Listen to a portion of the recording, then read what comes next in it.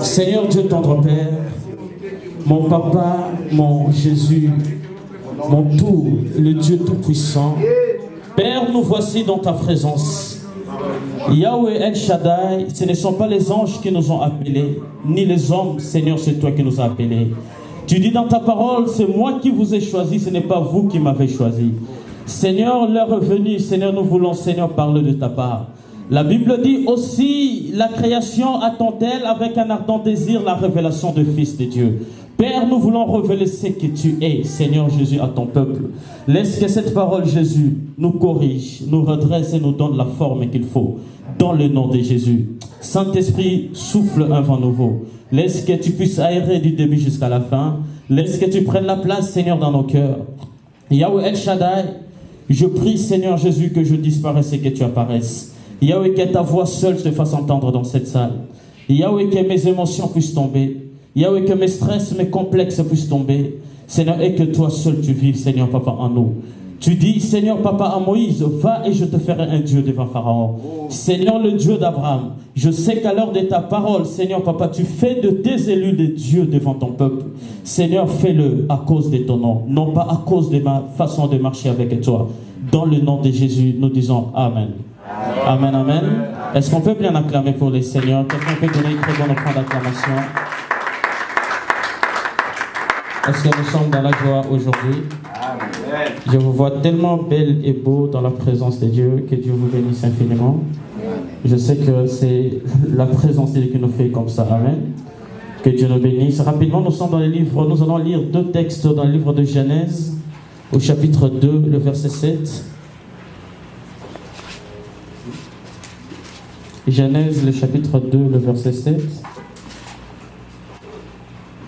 Et quelqu'un d'autre va chercher les livres de Job, au chapitre 32, le verset 8. Alors, on va lire en premier Genèse 2, le verset 7. Écoutez ce que la Bible dit. L'Éternel Dieu forma l'homme de la poussière de la terre. Il souffla dans ses narines un souffle de vie, et l'homme devint un être vivant. Amen. Et nous sommes dans les livres de Job, au chapitre 32.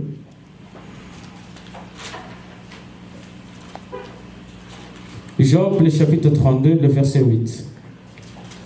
La Bible dit ceci. Mais en réalité, dans l'homme, c'est l'esprit, le souffle du Tout-Puissant qui donne l'intelligence. Amen. Et si je peux parler cet après-midi d'un thème, je vous parlerai en réalité dans l'homme, c'est l'esprit. Amen. Et en réalité, en toi, c'est l'Esprit de Dieu. En réalité, dans ce que tu es, c'est l'Esprit de Dieu. Et en réalité, dans l'homme, c'est l'Esprit. Et nous connaissons très bien comment et de quelle manière Dieu a formé l'homme. Car l'homme est le produit de Dieu, mais Dieu a utilisé la terre pour le former. Amen. La Bible dit Dieu forma l'homme de la poussière de la terre. Et quand on parle de la forme, on voit quelque chose dont on s'intéresse extérieurement, mais on ne tient pas compte de l'intérieur. C'est-à-dire que Dieu, quand il a formé l'homme en deux temps. Il a d'abord utilisé la poussière de la terre pour former l'homme. Et quand l'homme fut formé, l'homme était comme un statut. Il était comme un objet. Et pour que l'homme devienne ce que la Bible appelle être vivant, il a fallu que Dieu souffle dans ses narines le souffle de vie. Et la Bible dit, en deux temps, Dieu a formé l'homme et l'homme était comme un objet. Pour que l'homme devienne être vivant comme nous sommes maintenant, il avait fallu que Dieu souffle le souffle de vie pour que l'homme puisse avoir l'esprit de vie. Voilà pourquoi la Bible dit, l'Éternel Dieu forma l'homme. Et pour que l'homme devienne être vivant, il souffla un vent de sorte que l'homme puisse devenir être vivant. Amen. C'est-à-dire que avant le souffle de Dieu, l'homme ne savait pas qu'il était être vivant. Même Dieu savait que ce qui est important dans ta vie, pour que tu sois vivant, il te faut le Saint-Esprit. Dieu lui-même le sait. Pour que tu sois aujourd'hui être vivant, sans son esprit, tu n'es pas même un être vivant. Sans ton esprit, tu es comme un objet. Et c'est son souffle qui a fait de toi un être vivant, approuvé par les hommes et même approuvé par lui, le Créateur. C'est-à-dire que l'homme n'est vivant que s'il y a en lui l'Esprit de Dieu. Et sans l'Esprit de Dieu, tu es comme un objet ou un homme animal. Et ce qui fait de toi un être vivant, ce n'est que l'Esprit de Dieu qui vit en toi. Et le vrai toi, en réalité, ce n'est pas ton corps, ce n'est pas non plus ton apparence ni ta beauté extérieure, mais ton vrai toi, c'est ton âme et ton esprit. Voilà pourquoi lorsque Dieu a commencé à former l'homme, il pouvait laisser l'homme vivre sans qu'il souffle. Mais ce qui était important en l'homme, il devait d'abord souffler son esprit pour que l'homme devienne réellement l'être vivant. Parce qu'on peut parler d'un être vivant qu'une personne qui est animée par l'Esprit de Dieu. Voilà pourquoi Job, en dépit de sa richesse, il vivait dans la crainte de Dieu et l'argent qu'il avait répondait à tous ses besoins. Mais ce n'est que lorsqu'il fut frappé par Dieu au point de tout perdre. Mais il réalise, malgré l'humiliation, malgré les moments difficiles qu'il passait, il était tout le temps en vie. Et il va se contenter de l'état où il se trouve. Il conclut en disant, en réalité, en moi, Job, ce n'est pas l'argent ni ma femme, ce n'est pas non plus mes amis ni l'église, mais en réalité, c'est l'Esprit de Dieu qui me donne la vie pour vivre. Et ce qui est essentiel dans la vie de chacun de nous, ce ne sont pas l'église, ni tes relations, ni les gens qui t'entourent, mais c'est l'Esprit de Dieu seul te suffit pour vivre. Car en réalité en toi, ce n'est pas ce qui apparaît, ni ta beauté extérieure, mais l'Esprit de Dieu, car extérieurement tu peux être beau et belle, mais si tu manques l'Esprit de Dieu, tu n'es qu'un cadavre vivant. Si tu manques l'Esprit de Dieu, tu n'es qu'une pourriture, en dépit de ta beauté extérieure. J'aimerais dire à quelqu'un qui se contente de leurs avoirs, de leur beauté, de leur intelligence comme appui, qu'en réalité en toi, ce n'est pas le bien ou ta beauté que tu possèdes, mais l'Esprit de Dieu qui te possède. Car tu peux manquer le Saint-Esprit. Tout ce que tu peux avoir sans le Saint-Esprit ne vaut rien. Tout ce que tu as sans le Saint-Esprit vaut réellement quelque chose parce que c'est le Saint-Esprit qui soutient, de sorte que ton extérieur soit beau et que ton intérieur aussi soit beau. Et nous devons, par le biais de ce message, nous devons arriver à un point où nous devons arrêter d'examiner extérieurement les gens, mais nous devons plus nous fier sur ce qui est l'intérieur de personne. Ne nous fions pas sur les apparences, chercher à percer l'intérieur de quiconque pour savoir s'il y a en lui réellement l'Esprit de Dieu. Car il y a les cadavres qui sont vivants, car il y a aussi ceux qui sont animés de l'Esprit de Dieu et il y a aussi ceux qui sont animés de l'Esprit de diable. Et voilà pourquoi beaucoup finissent à un certain temps à être déçus, de sorte que tu faisais tellement confiance à quelqu'un parce que tu n'avais pas eu le temps de percer son intérieur pour savoir de quel esprit l'anime. Voilà pourquoi il y a toujours des gens, ils peuvent être prêchés, parler de la bonne nouvelle, modérer, prophétiser même. Mais ce qu'il faut savoir, est-ce que c'est l'Esprit de Dieu qui l'anime ou c'est l'Esprit du diable? Car le prophète de Pharaon était aussi capable de faire ce que Moïse faisait. Mais ce qui différenciait Moïse par rapport au prophète de Pharaon, c'était parce que Moïse était animé par l'Esprit de Dieu. Car il faut savoir une chose, la beauté d'une maison n'est pas sa peinture extérieure, mais la qualité de personnes qui y habitent. Ce n'est pas la peinture extérieure de ta maison qui révèle exactement la qualité des gens qui habitent, mais ce n'est que lorsqu'on peut entrer à l'intérieur pour voir exactement que les gens qui habitent sont aussi beaux, non pas physiquement, mais aussi intérieurement. Et autant c'est autant avec l'homme. Ce n'est pas qu'à cause de l'apparence extérieure que nous pouvons juger bon que cet homme réellement il a Dieu. Ce n'est que lorsque tu peux percer son intérieur pour savoir réellement si sa beauté physique est aussi sa beauté intérieure. Oui, tu peux dire qu'il est beau, il est bien, elle s'habille bien, mais l'outil important pour qualifier une personne, c'est de savoir si en lui il y a vraiment l'Esprit de Dieu. Et quand la Bible parle en réalité dans l'homme, c'est l'Esprit de Dieu. C'est-à-dire ce qui nous intéresse, ce n'est pas la forme de chacun, mais c'est le fond. Ce n'est pas ce qui apparaît physiquement, ce n'est pas la présentation physique, mais la présentation spirituelle, interne. C'est pour ça, je suis de la race de personnes qui ne font jamais confiance aux gens par rapport aux apparences, par rapport à ce que tu es. Voilà pourquoi même bien que tu peux parler de Jésus, tu peux prophétiser, tu peux crier, tu peux démontrer la puissance de Dieu, mais pour te faire confiance, ça me prendra une seule chose, de te connaître spirituellement. Car aujourd'hui, nous avons tellement de limitations. C'est que les prophètes de Dieu peuvent faire, le prophète du diable le font aussi. Mais la différence, c'est que pour savoir qui est-ce qu'il y a en face de toi, il te faudra de percer son intérieur pour savoir si réellement il est animé par l'Esprit de Dieu. Je me souviens, il y a 2 ans, avoir reçu un appel d'un homme de Dieu qui me dit, je veux te rencontrer. Et je lui dis, ok, on va se voir. Et quand on s'est vu, il commençait à me dire, je suis de passage à Montréal, je veux qu'on puisse faire l'œuvre de Dieu ensemble avec toi. Et je lui dis, cette nuit, je vais prier, demain matin, je te répondrai. Quand je m'en vais prier, l'Éternel Dieu va m'interdire cette relation. Il me dit, arrête, ne l'appelle plus jamais. Pourquoi? Parce que c'était un homme qui mélangeait Dieu avec les autres choses. Car il y a certaines relations que Dieu peut nous interdire de peur que notre homme intérieur ne soit affecté en mal. Car autant que la maladie qui est contagieuse peut se contaminer entre physiquement, autant que l'âme pourrie peut te contaminer aussi. Ce n'est pas lorsque tu assisteras à un séminaire de fait que tu vas vraiment conclure que l'homme de Dieu a Dieu. C'est lorsque tu connaîtras réellement la personne qui vous prêche Jésus. La personne qui est en face de vous, qui vous parle réellement de Jésus, lorsque tu le connaîtras à fond. Et voilà pourquoi je parle, pour te conscientiser. En réalité, en toi, ce n'est pas toi que je prêche, mais c'est l'Esprit de Dieu en toi. Ce n'est pas toi que je vois en beau et belle robe, que je vois de beaux costumes que je vois, mais en réalité, dans toi, c'est l'Esprit de Dieu qui me pousse de te prêcher. Car ce qui nous importe, ce n'est pas lorsqu'on a des hommes, mais ce qui nous ciblons, c'est l'âme de personne. Voilà pourquoi dans 2 Corinthiens 4, le verset 16, apôtre Paul dit, même quand notre homme extérieur se détruit, notre homme intérieur se renouvelle jour en jour. Et quand Paul parle du renouvellement de l'homme extérieur, il fait allusion à deux choses, de l'âme et de l'esprit. Et l'homme extérieur, c'est ça ce qu'on appelle la chair, qui ne nous sert à rien.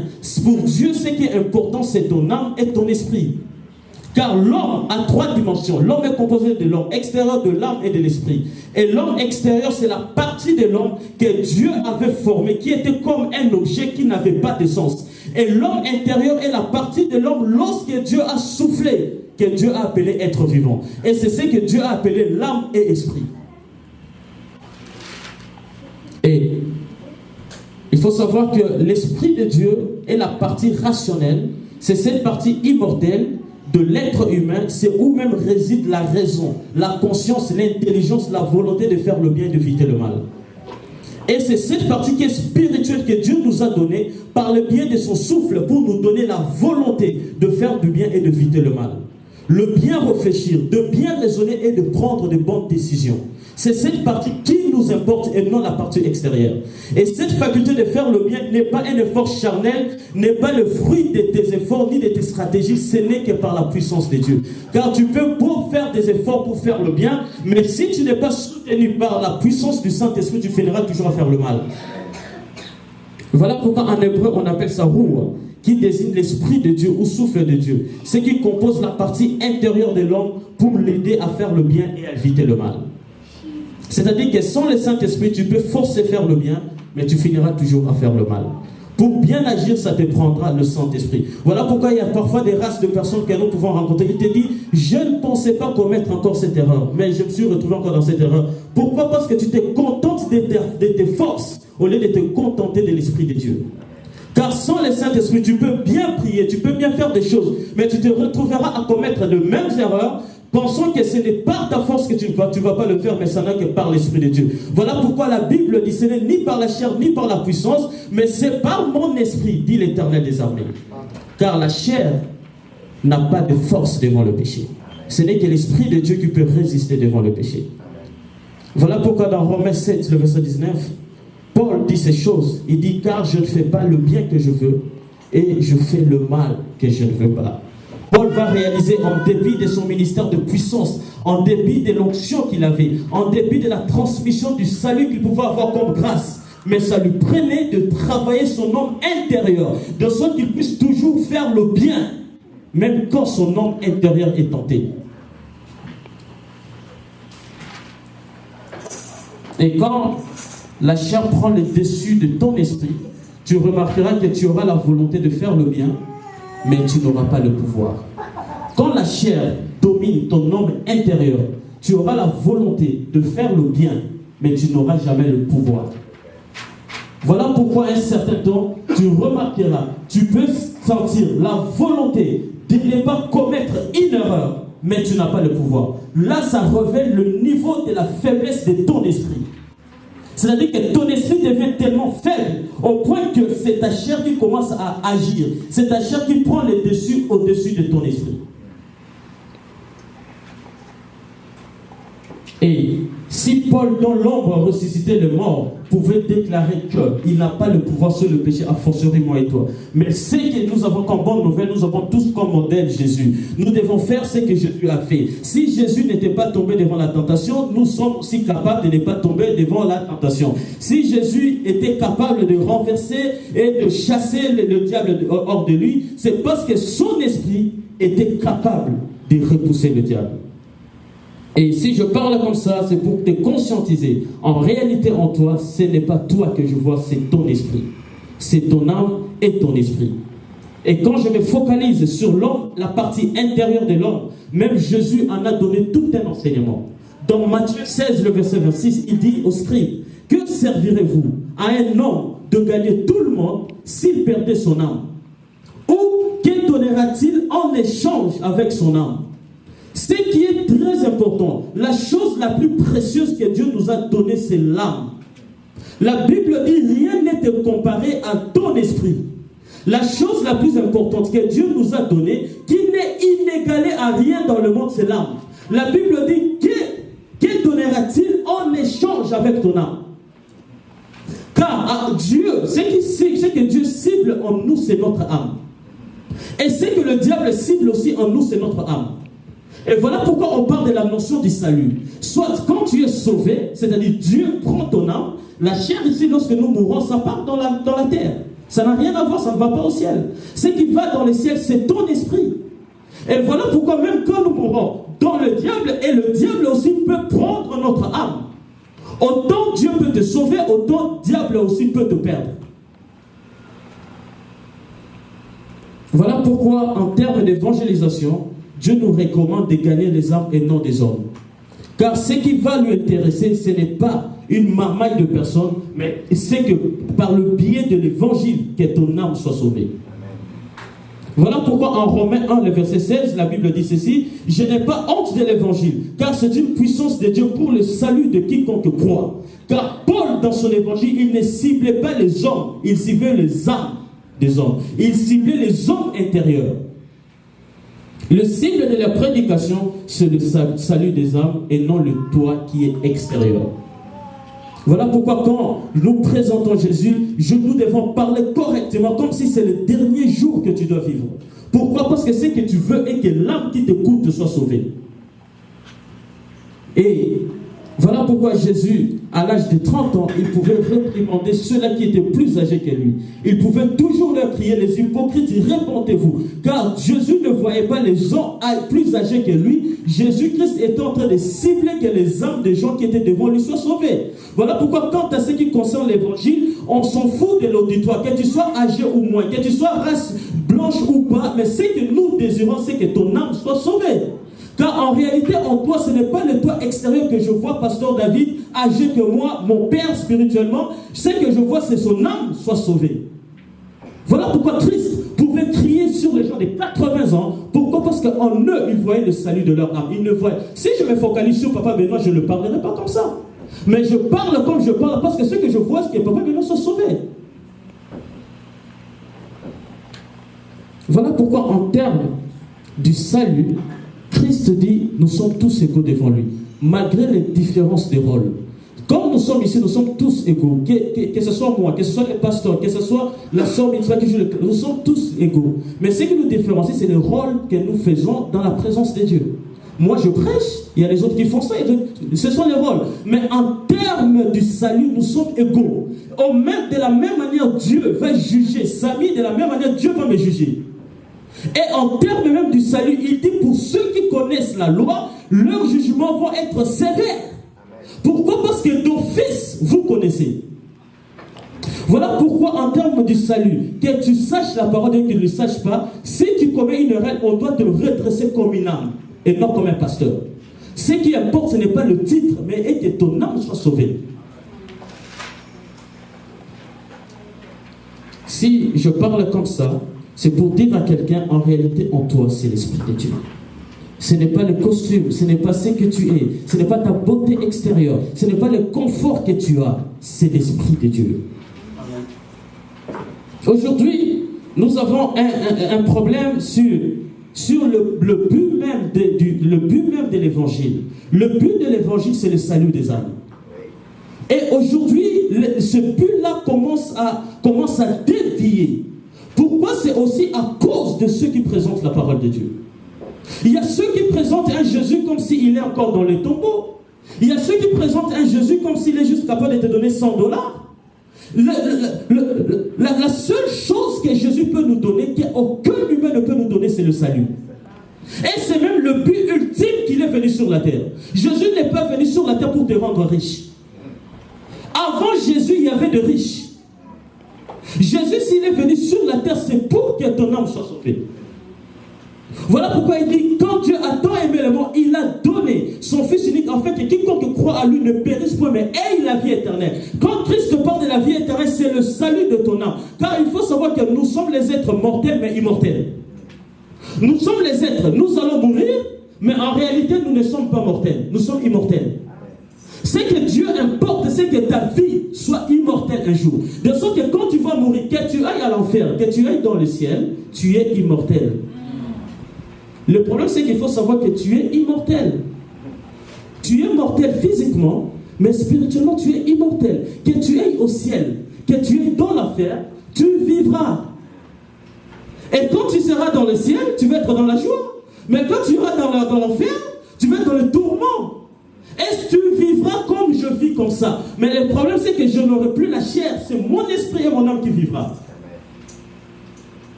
Voilà pourquoi, lorsque vous présentez Jésus, lorsque nous présentons Jésus, il faut présenter Jésus dans le souci d'une âme soit sauvée. Ce n'est pas dans le souci de gagner l'argent. Car l'argent, la Bible dit, recherchez d'abord le royaume des cieux et toutes ces choses vous seront données par-dessus tout. L'argent, toutes ces choses, ça découle du salut. Ce n'est que lorsque tu as le salut, les petites choses là, ça vient. Ce sont comme les adjoints. Ça vient automatiquement. Parce que ça ne servira à rien de passer 45 minutes devant vous pour vous rencontrer les exploits que je fais avec Dieu, alors qu'un seul verset me suffira pour réellement travailler votre âme, pour vous conscientiser. Ce qui est important en vous, ce n'est pas vous que je vois, mais c'est votre esprit et votre âme. Ce qui est important, il faut savoir que dans la prédication, nous communiquons l'esprit du prédicateur. Lorsque tu passes devant pour prêcher, tu as l'esprit de découragement, tu communiqueras le découragement. Mais lorsque tu es animé par l'assurance de Dieu, tu communiqueras la foi. Voilà pourquoi à chaque instant, il faut prêcher Jésus comme si c'est ton dernier jour de vivre. Quand on te donne l'occasion, fais-le comme si on te dit demain tu mourras. Et c'est Jésus qui te donne cette condition. Si tu ne le fais pas bien, tu vas aller en enfer. C'est là que tu comprendras que tu dois prêcher Jésus comme il faut. Car le but de l'évangile, c'est le salut des âmes. Ce n'est pas que je sois aimé par les gens. Je m'en fous de ces choses.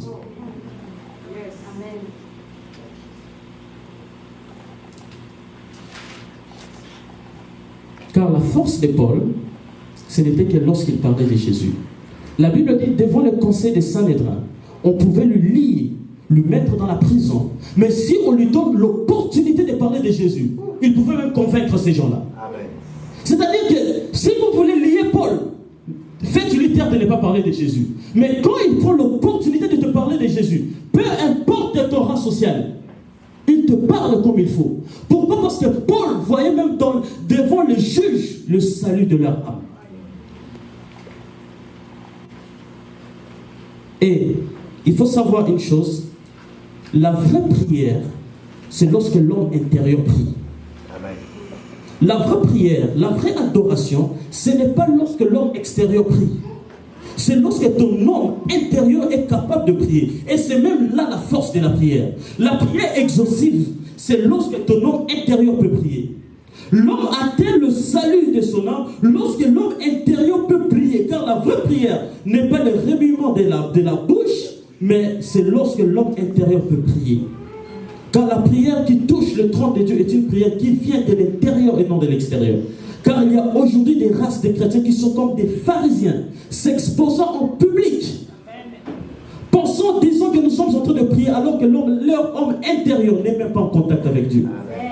Voilà pourquoi Christ pouvait crier aux pharisiens plus de 10 fois dans la Bible, hypocrite. On donne que vous arrêtez de prier et que vous allez d'abord nettoyer l'intérieur de votre couple. À quoi vous serviront que votre homme intérieur ne soit pas en contact avec moi et que vous ouvrez vos bouches pour prier? Ça ne sert à rien. Voilà pourquoi Christ a dit à une femme samaritaine, l'heure est venue, oui, elle est déjà venue, où le vrai adorateur adorera le Père en esprit.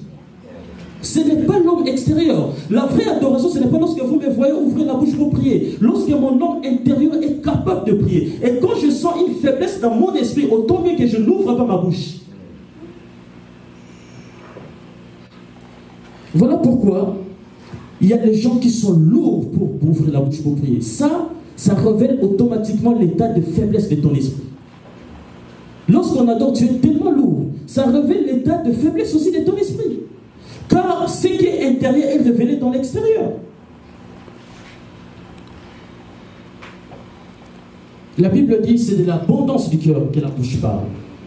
La bouche ne révèle que ce qui est caché dans le cœur. Leur bouche ne révèle que ce qui est caché dans l'intérieur.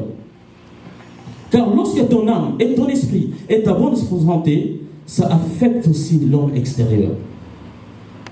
Il y a des gens, quand tu le regardes automatiquement, tu sens non, lui, il est animé du Saint-Esprit. Il y a des gens, quand tu vois, tu dis non, il y a quelque chose qui ne va pas. Bien qu'il peut bien s'habiller. Voilà pourquoi ça ne suffit pas seulement de bien s'habiller, mais ça suffit aussi de nettoyer la coupe intérieure. Ça suffit aussi que la beauté extérieure que nous aimons apparaître, que ce soit réellement la beauté intérieure aussi. Quand ton homme intérieur n'est pas en bonne santé, ça se reflète. Qui avait imposé à ce fou de Gadara le mode de vie de vivre dans les cimetières? Est-ce que c'était lui? Mais c'était les esprits impurs qui l'habitaient. La Bible dit il était dans les sépulcres ce meurtrissant. Donc c'était les esprits impurs qui lui ont imposé ce mode de vie. Lorsque l'homme intérieur n'est pas en bonne santé, ça nous impose un mode de vie qui est indépendant de ta volonté. C'est-à-dire tu veux faire le bien, mais tellement que tu es habité par un mauvais esprit, tu finis par faire le mal. Ce fou de Gadara était imposé par un mode de vie qui n'était même pas issu de sa volonté. La Bible dit qu'il était là ce meurtrissant. Mais lorsqu'il a rencontré Jésus, automatiquement, il devient assis, vêtu et dans son bon sens. Et pour être assis, vêtu dans ton bon sens, ça te prendra juste dans le Saint-Esprit. Sans le Saint-Esprit, tu peux beaucoup faire des efforts. Tu peux même faire l'effort de bien t'habiller extérieurement, mais tu ne seras jamais intérieurement assis, vêtu et dans ton bon sens.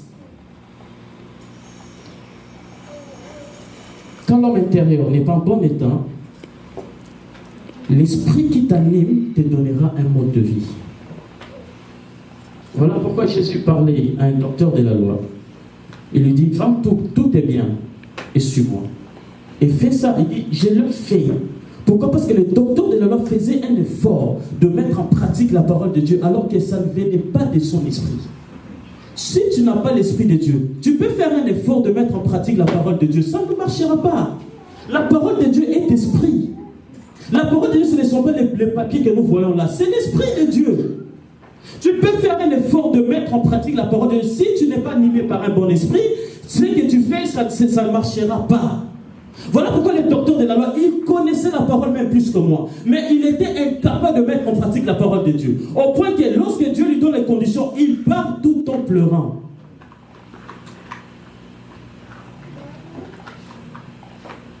Car aujourd'hui, nous avons un problème sérieux. Des gens qui peuvent être extérieurement beaux, mais intérieurement pourris. Et ce niveau, ça te prendra la chambre haute pour percer, connaître ce qu'est la personne. Car ça ne me suffit pas de te juger que tu as un bon esprit, mais ce qui me suffit de te juger que l'esprit de Dieu t'anime, ce n'est que lorsque je peux aller dans la chambre haute. Car il faut savoir que si tu es animé d'un mauvais esprit, ça te donnera un mode de vie. Je me souviens d'une sœur qui était intercesseuse dans une église à Kinshasa, et elle était fortement belle. Et quand je parle de belle, c'est-à-dire que tout le monde pouvait juger qu'elle était belle. Et Dieu, elle a atteint un certain âge d'avoir le fiancé. Et il y a eu 5 fiancés qui sont venus, qui venaient, qui partaient, qui venaient, qui partaient, qui venaient. Et Dieu lui fait grâce d'un 6e fiancé. Et quand le 6e fiancé est venu, heureusement, ce 6e fiancé, il était chrétien. Il dit, mais écoute, je constate que moi aussi, je peux partir pour la cause que les autres étaient partis. Il dit, mais dis-moi, c'est quoi? Parce que je prie pour savoir pourquoi est-ce que les autres sont partis. Il dit non. Est-ce que tu sens une certaine odeur qui n'est pas bonne lorsqu'on est ensemble? Il dit non, je ne sens pas. Je sens juste ton parfum. Il dit ok, moi je suis chrétien, je vais t'amener chez mon pasteur, on va prier. Et ils vont aller chez le pasteur. Alors que l'homme intérieur de cette fille-là est un virus. De sorte que les hommes qui venaient des jours, ils ne pouvaient plus rester. Lorsqu'une personne a un homme intérieur souillé, ils ne peuvent pas supporter les hommes du jour. Lorsque ton homme intérieur est souillé, ça chasse automatiquement les gens qui peuvent être à côté de toi les jours. Car le mari de nuit sont aussi jaloux contre le mari du jour. Voilà pourquoi on a parfois des foyers qui ne sont pas en stabilité. Pourquoi? Parce qu'au départ, quand on check bien, l'homme ou la femme doit être habité par un mari d'une femme de nuit. Et ça se concrétise. Tu ne verras pas le mari d'une femme de nuit. Mais ça se concrétise par ce qui se passe. Ça se concrétise par ce qui se passe dans le foyer. Et quand on a prié pour la sœur, ils se sont mariés et ils sont à l'aise.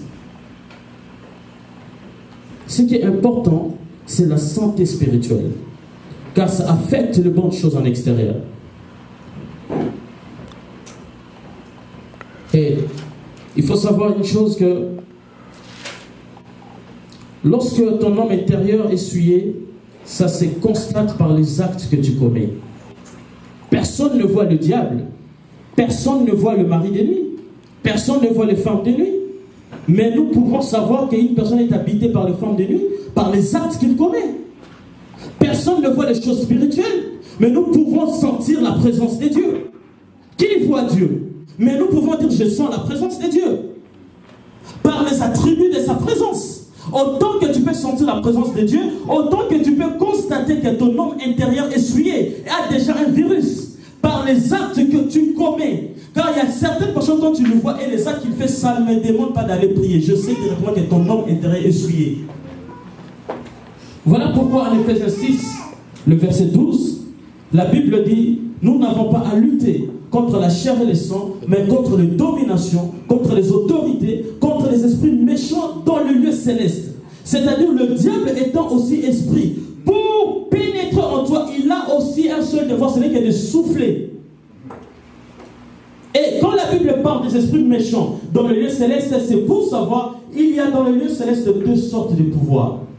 Il y a le pouvoir qui dépend directement de Dieu, et il y a celle qui dépend aussi du diable. Voilà pourquoi on l'appelle le prince de l'air. Lorsqu'il a été précipité, il n'est pas automatiquement descendu sur la terre. Ils occupent les endroits perdus, les espaces perdus. Et c'est dans l'espace qu'il donne les ordres que les esprits impurs habitent les gens et qu'on le concrétise par les actes.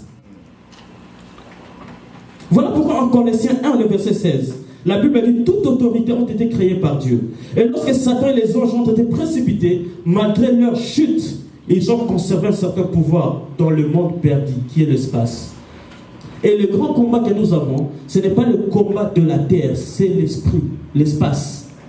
Ce n'est que lorsque le diable, depuis l'espace, il souffle un vent nouveau, voilà pourquoi nous voyons la rébellion. Nous voyons les enfants se rebeller contre les enfants. Nous voyons la femme devenir le mari, le mari devenir la femme. Et tout ça, c'est un esprit que le diable a déjà soufflé depuis l'espace. Et nous le concrétisons sur la terre par les actes.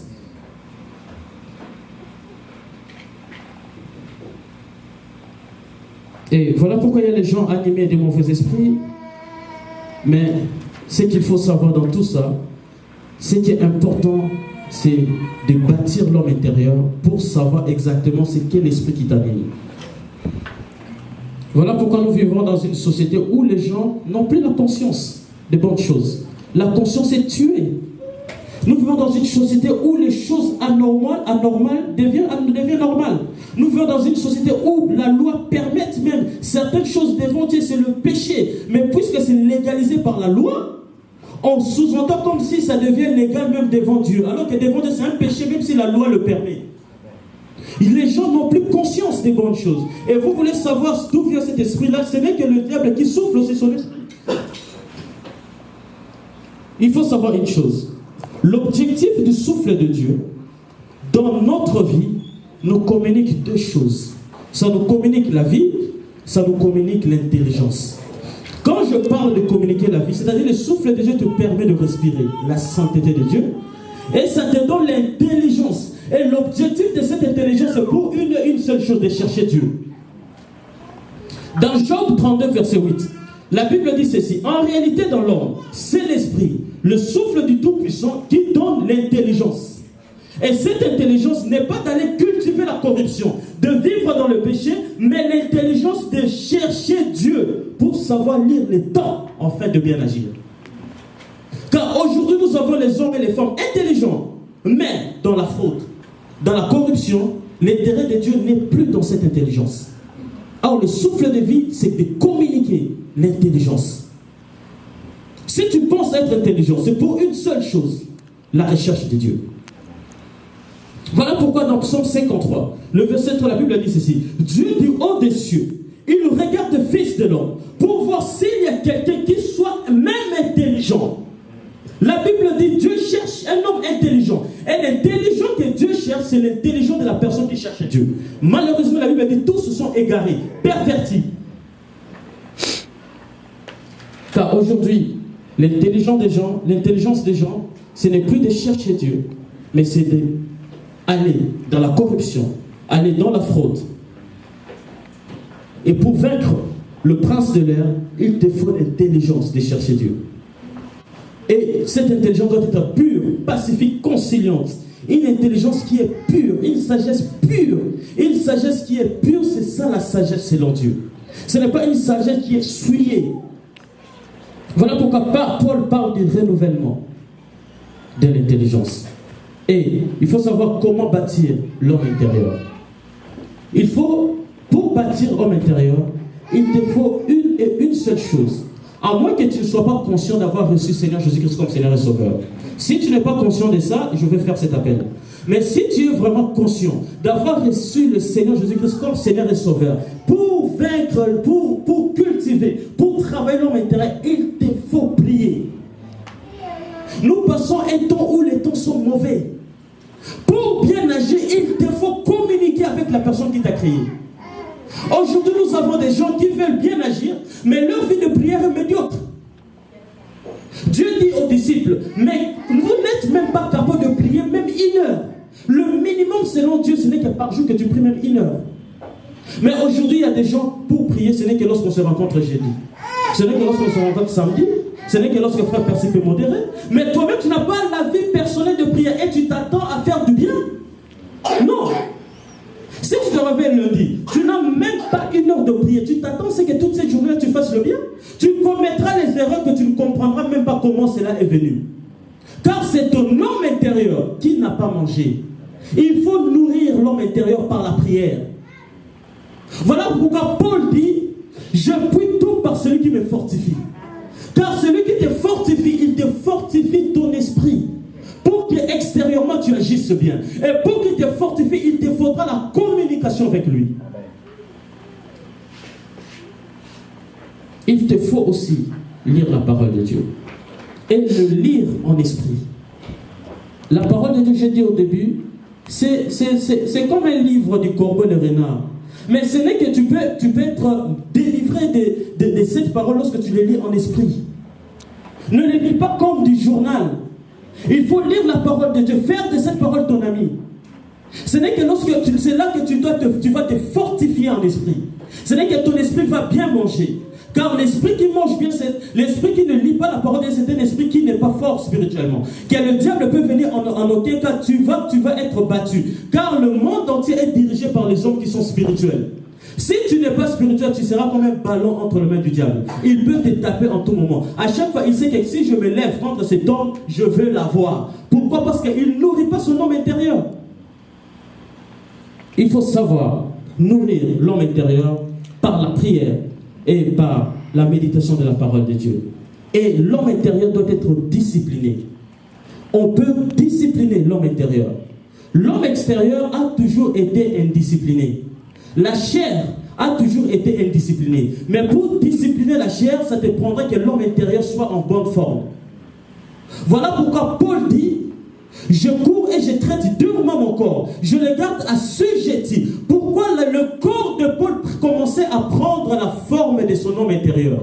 Pourquoi Paul, quand il dit il le garde assujetti, c'était parce que son esprit avait atteint un niveau. Ce n'était plus le corps qui lui dirigeait, c'était l'esprit qui lui dirigeait. L'homme intérieur doit discipliner l'homme extérieur.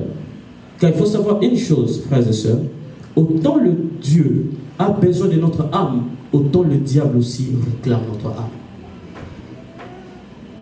autant Dieu veut que nous soyons sauvés, autant le diable nous réclame aussi. Chaque jour, le diable te réclame. Il veut que tu perdes ton âme. Il veut qu'un jour que tu sois dans l'éternité, mais dans l'enfer. Mais c'est de la même... La Bible dit, étroit est le chemin qui amène vers la vie, mais grand est le chemin qui amène dans la perdition. Le chemin qui amène vers le ciel, il est petit. Et pour entrer dedans, ça te prendra l'intelligence de chercher Dieu. Mais le chemin qui amène vers la perdition, il est grand. Si aujourd'hui je vous prêche la parole de Dieu et que je sors ici, je me dis, ok, je vais aller peut-être prendre la bière. Tu verras même certaines personnes de l'église vont m'encourager. Mais si je sors, je me dis, je m'en vais prêcher la parole de Dieu au métro. Il y aura ceux de l'église qui vont même me décourager. Ils vont dire, mais qui vont t'écouter là-bas? Ils vont te fuir. Pourquoi? Parce que le chemin qui amène vers Dieu, il est petit et c'est personnel. On n'a pas besoin des opinions des pasteurs. On n'a pas besoin des opinions de ceux qui vous encadrent. Mais on a besoin de votre conscience. De savoir que demain ne t'appartient pas. Ta vie chrétienne, c'est aujourd'hui ou jamais. Demain appartient à Dieu. Ta vie, c'est aujourd'hui. Ce que tu fais aujourd'hui, c'est ce qui compte. Que si Dieu revient, je vais être au ciel. Voilà pourquoi entre le ciel et l'enfer, il n'y a pas d'intermédiaire. Il n'y a pas un lieu où il fait un peu chaud et un peu froid. C'est soit tu es dans l'enfer, soit tu es au ciel. Voilà pourquoi un voleur à côté de Jésus, lui, l'autre, il avait choisi hermétiquement l'enfer, et l'autre, lui, il a dit, mais écoute, je vais quand même parler du bon côté de cet homme, et je vais être au ciel. Dieu lui dit, aujourd'hui, pas demain, mais aujourd'hui, tu seras avec moi au paradis. Pourquoi? C'est parce que ce n'est que lorsqu'on a la conscience. Non, même en dernière minute, je dois bien agir pour gagner le ciel. Parce qu'il faut savoir, nous sommes les hommes mortels, mais immortels. C'est que nous vivons sur la terre. Nous vivons aussi dans le ciel. Si tu avais bien agi avec Dieu, et ton âme continuera à vivre aussi dans l'enfer si tu avais mal agi. Que Dieu vous bénisse. Amen.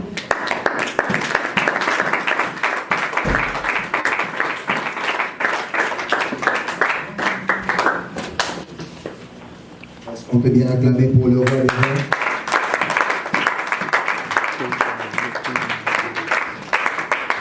Amen. Amen. Amen.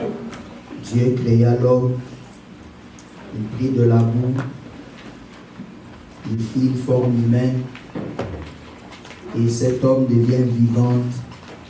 Cet homme devient vivant, cette forme devient vivante quand l'Éternel souffla en lui. Il mit son souffle de vie.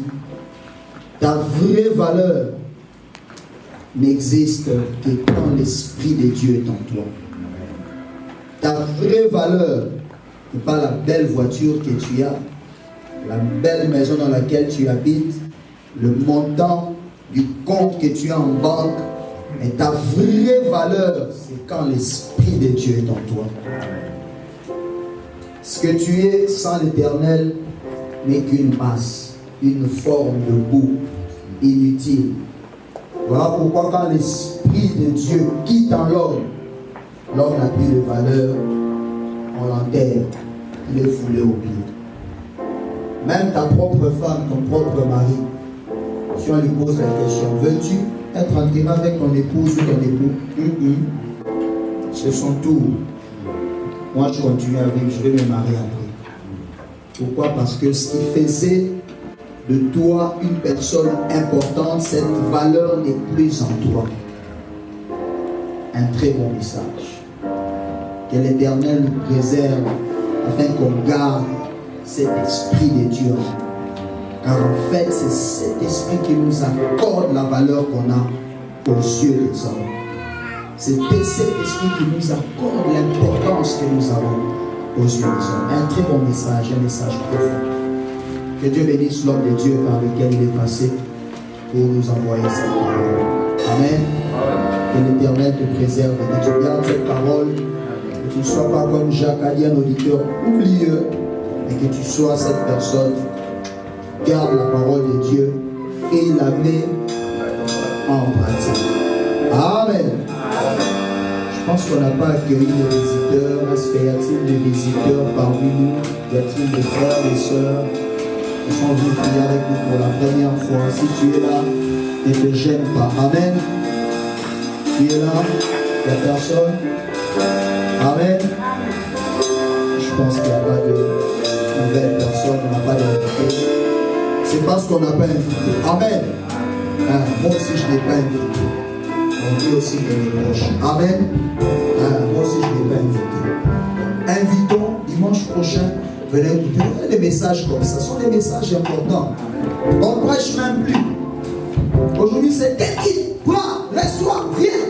Tu seras délivré, affranchi. Mais des messages comme ça qui permettent aux gens de garder l'esprit de Dieu en eux, de garder cette valeur en eux. On ne parle plus de ça. Ce sont des messages importants qu'il faudrait que les gens de l'extérieur écoutent. Parce que la personne va penser qu'elle va aller en Angleterre pour la latine, faire une dollar de souliers. Non, c'est pas ça. C'est pas ça. Quand tu mourras, ce sont des gens qui viendront après, ils vont prendre. Et d'ailleurs, même ici à Montréal, on n'a pas de famille, c'est le gouvernement qui prend. C'est pas ça. À quoi bon de travailler toute ta vie et quand tu meurs, d'autres personnes s'enrichissent? Pourquoi ne pas valoriser ce que Dieu te donne en gardant son esprit, sa parole qui te donne la force en toi? Pourquoi ne pas le faire? Que le Seigneur vraiment nous bénisse. C'est un très bon message. Dans nous tenir debout, nous voulons clôturer le culte de cet après-midi.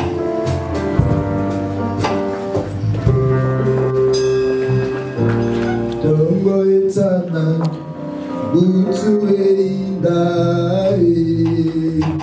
imbona nzambe etsondi bokili atunakanga wapi nzambe nayo nzambe nanga avandi na kimbo okumama yawe